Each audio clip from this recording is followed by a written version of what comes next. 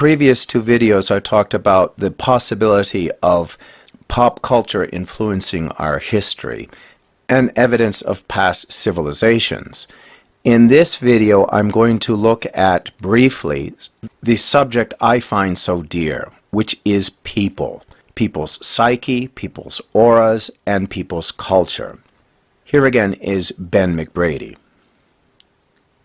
And that is why it was a primary function of the order to preserve language. Language is a kind of magic by which we trigger off telepathic transmission of messages between us. And if you look about the world today, we are becoming more and more confused, more and more cut off from one another. We're all living in our own little realms of unknowing.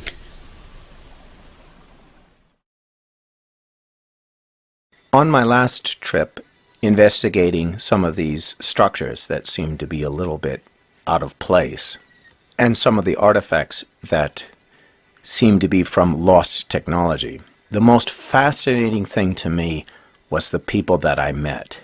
And I met all kinds. I met the clone souls, some call the NPCs. I met people who were corrupt, evil, and yet I met some people who were so deep, their culture so entrenched in their psyche, and yet they lived very simple lives. Some were young and some were old. It was pretty much a mixed bag, but generally speaking, most of the younger people seem to be enslaved by the present technology that is destroying the psyche of the human race. Let me give you an example.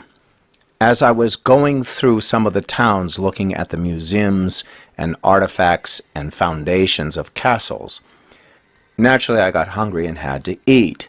Now normally I look for a good Japanese restaurant, but unfortunately the place that I was in had only a McDonald's, which I never go to.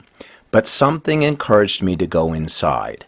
So I went inside and I looked, and the first thing I was met with was a machine where you can make your orders through your phone. And we all know what that's like. A double cheeseburger, onion rings, and a large orange drink, please.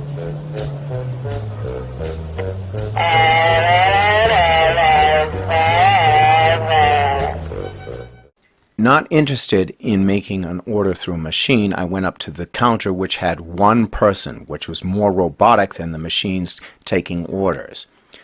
Unfortunately for this poor soul, she was very unemotional and just simply said, "Can I have your order, please?"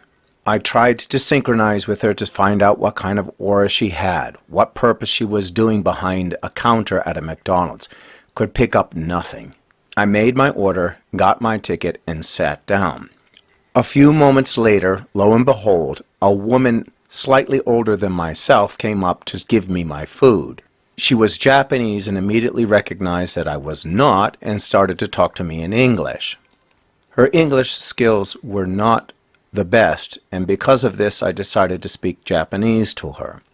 I asked her where she was from, where her hometown was, what she was doing in a McDonald's, and she immediately started to talk about herself, her culture, and she started to ask questions about me and my culture. And our conversation started to get so deep, it started to interfere with her work. Both of us caught up in each other's background. So she excused herself and went back to work. I ate my meal, and I went up to the counter where she was, and I thanked her. She immediately came out from behind the counter, walked me to the exit, and bowed deeply. I looked at her, and since I had been studying the way of the samurai for the past 35 years, I gave her a very deep samurai bow. Both of us knew the culture that was once so great in Japan was dying. The two of us were practically in tears. We both knew at that moment the alternative was not good. I have noticed since I've been working with children, as things become more and more automated, people become less and less spiritually evolved. Here is Ben McBrady on the subject once again. This is the great dilemma of our times. We will never have an end to cruelty and war and oppression and greed and all these evils that we see bubbling all the time. This is a thing which I believe very strong. I know it. I don't just believe it. I know it. I see it about me and I sense it. There has to be a great revolution of the spirit. Otherwise, the world is finished. It doesn't need the atomic bomb. It doesn't need any of the worst horrors of modern technology, the smart bomb, mustard gas, nerve gas.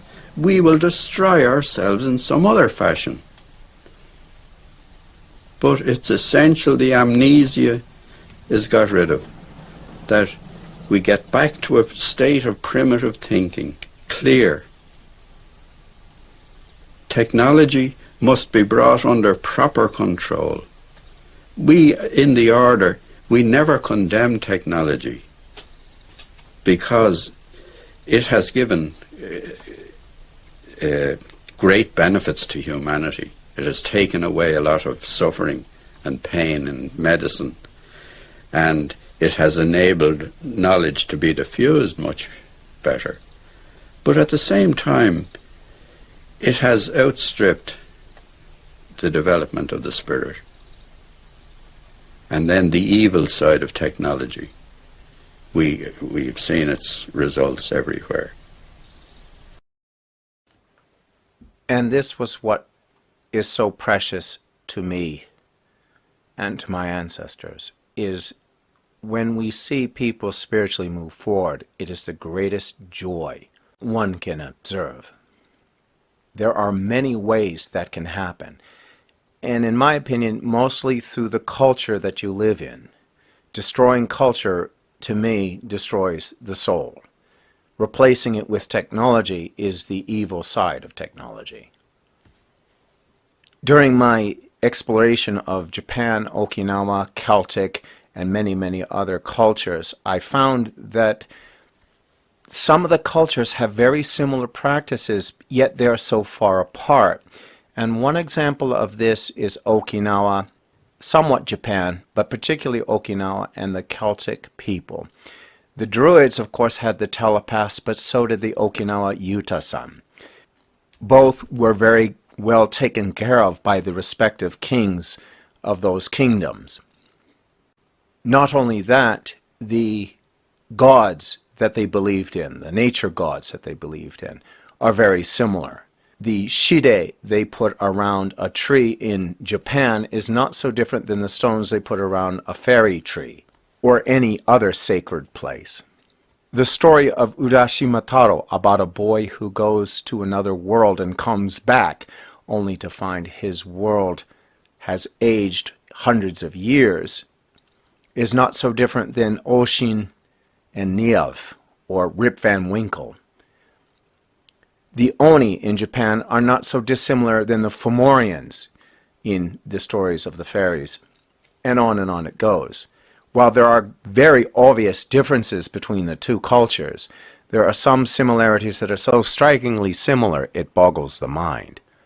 That I find that perhaps the world history that we are taught is far different than what it really was. Even recently in Okinawa, in one of the old castles, they found old Roman coins. Now that could have been put there through the silk trade many years ago, but that is a curious find indeed. Now exploring this stuff can be a rabbit hole for sure, as some people have said. But on the other hand, exploring culture and developing skills within a culture is to me more worthwhile than anything technology can put out. Some people have made comments stating that communicating with people is increasingly difficult. It has become shallow, without the empathy, without the telepathy that we all once had. Are we really going to go this way and destroy ourselves? Or will the transition come and we all can get back to what we do best as humans, spiritually move forward? A double cheeseburger, onion rings, and a large orange drink, please.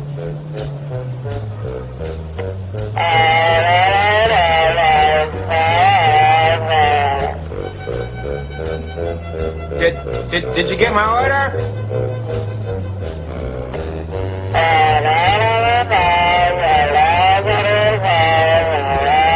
A double cheeseburger, onion rings, and a large orange drink.